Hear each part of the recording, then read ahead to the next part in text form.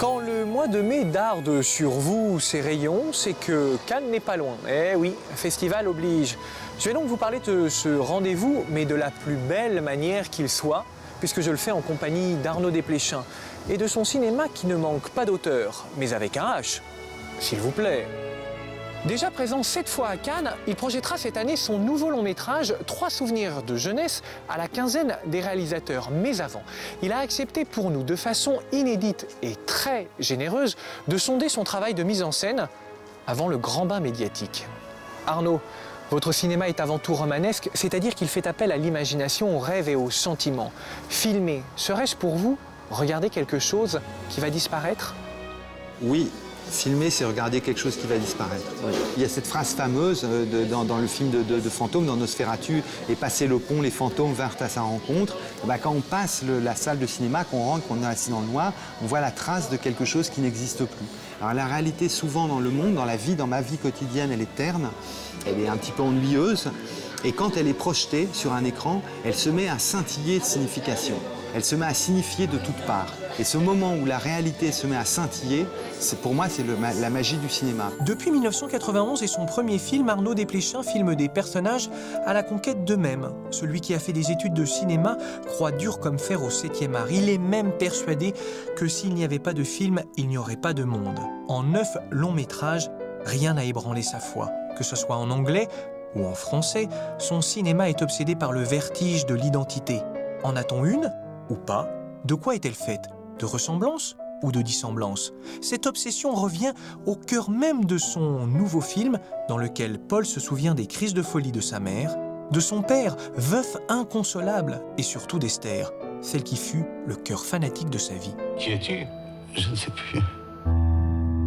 Tout est effacé, sinon 3, 4 bribes. Je veux pas d'un fainéant dans ma maison. Ne me rapporte pas de telles notes. Est-ce que quelqu'un t'a déjà aimé plus que sa vie? Moi, je voudrais t'aimer comme ça. Tu t'appelles Esther et t'es dans la classe de ma sœur. Paul, j'arrête pas de te manger des yeux. Je fais toujours cet effet-là. Pourquoi? Parce que je suis exceptionnelle. 3 souvenirs de ma jeunesse, c'est le prequel de comment je me suis disputé, mais c'est presque un peu comme une blague, ou en tout cas quelque chose qui me donnait l'énergie. C'est vrai que je me disais, voilà, avec Mathieu Amalric, on a réussi à inventer ce héros qui nous a tant plu, qui est Paul Dédalus. Mais alors, c'était quoi son enfance, c'est quoi sa jeunesse? Comme j'aime bien les films populaires américains, j'aime bien les films de super-héros, je me disais, voilà, j'ai un super-héros très français, c'est un professeur, mais alors du coup, je raconte le prequel, l'enfance, non pas de Spider-Man, mais l'enfance de Paul Dédalus. Paul, qu'est-ce que tu fais à Paris? Je suis dans les sciences d'anthropologie. Il s'étudie lui-même. Putain, c'est bien Paris. Tu t'habitues là-bas? Oui.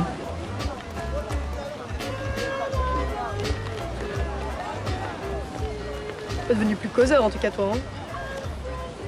Je cultive mon mystère. Qu'est-ce qui vient en premier pour moi dans la mise en scène? Est-ce que c'est les focales, la lumière ou le décor? Tout le travail du décor, qui est tout le travail de la préparation, est très important pour moi. C'est d'autant plus important pour moi que j'ai cette espèce d'engagement à ne pas filmer en studio. Vous voyez, qui est quelque chose que j'ai pu hériter de la nouvelle vague, qui est une génération de cinéma qui m'a beaucoup apprise. Et cet engagement à tourner le film dans la réalité, d'écrire de la fiction, du romanesque et de la transbahuter dans un endroit réel, c'est un engagement entier pour moi. Du coup, j'ai besoin de prendre des photos et de ramener des bouts de réel en disant, voilà, alors la scène, elle résonnera mieux si on est dans un espace petit, confiné, ou dans un espace large, ou dans un espace en escalier, ou dans un espace vertical, horizontal. Pour moi, ce serait une erreur de d'abord choisir la focale et après d'essayer de faire une jolie lumière. C'est j'essaie de faire une lumière qui signifie, qui arrive à habiller les sentiments qui sont en train de se passer. Et à ce moment-là, la logique me dit où va se trouver la caméra et donc la focale. Tu t'appelles Esther et t'es dans la classe de ma sœur. Paul. Je sais. Tu crois que j'ai pas remarqué que tu me suivais? Esther, je voulais la filmer en longue focale parce que j'étais du point de vue de Paul et Paul ne voit que elle et donc rendre le décor plus abstrait et avoir Esther qui se dégage sur fond d'arbre comme ça avec des tons d'automne derrière elle. C'était une des premières scènes que j'ai filmées avec les jeunes acteurs. Ils étaient très inexpérimentés, ils avaient beaucoup le trac. Donc j'ai commencé d'une manière assez simple en les filmant champ contre champ avec des focales assez longues pour tout le temps sentir un désordre dans le cadre qui vient de l'autre. De jamais les laisser seuls dans le cadre mais toujours en avoir deux. Pourquoi? Parce que je suis exceptionnelle. Je suis pas comme tes connasses de copines.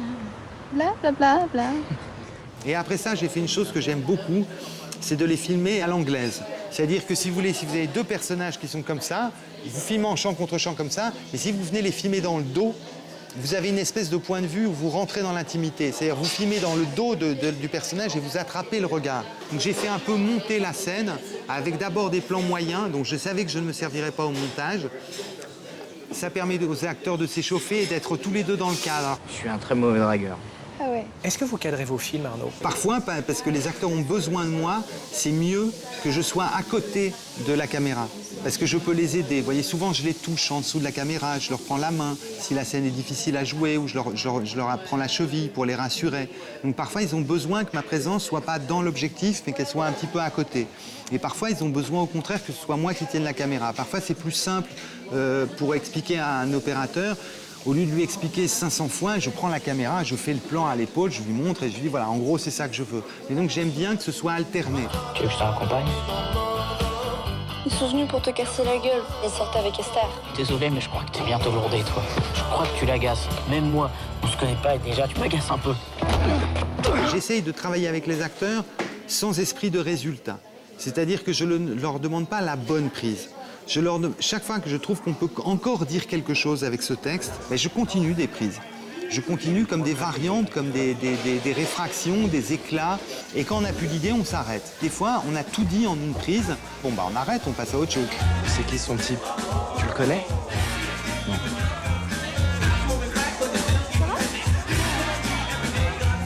Je fasse quelque chose? Non, je veux rien du tout. Sur ce film-là, j'ai montré un film à l'équipe et aux acteurs, aux jeunes acteurs. Avec chaque acteur, c'est comme un petit complot que je fais. Alors, vous voyez, je lui montre tel extrait de film pour qu'il le connaisse, mais ses camarades, ils n'ont pas vu l'extrait de film. Vous voyez, c'est un petit secret qu'on a entre lui et moi et qui arrive à nourrir le personnage.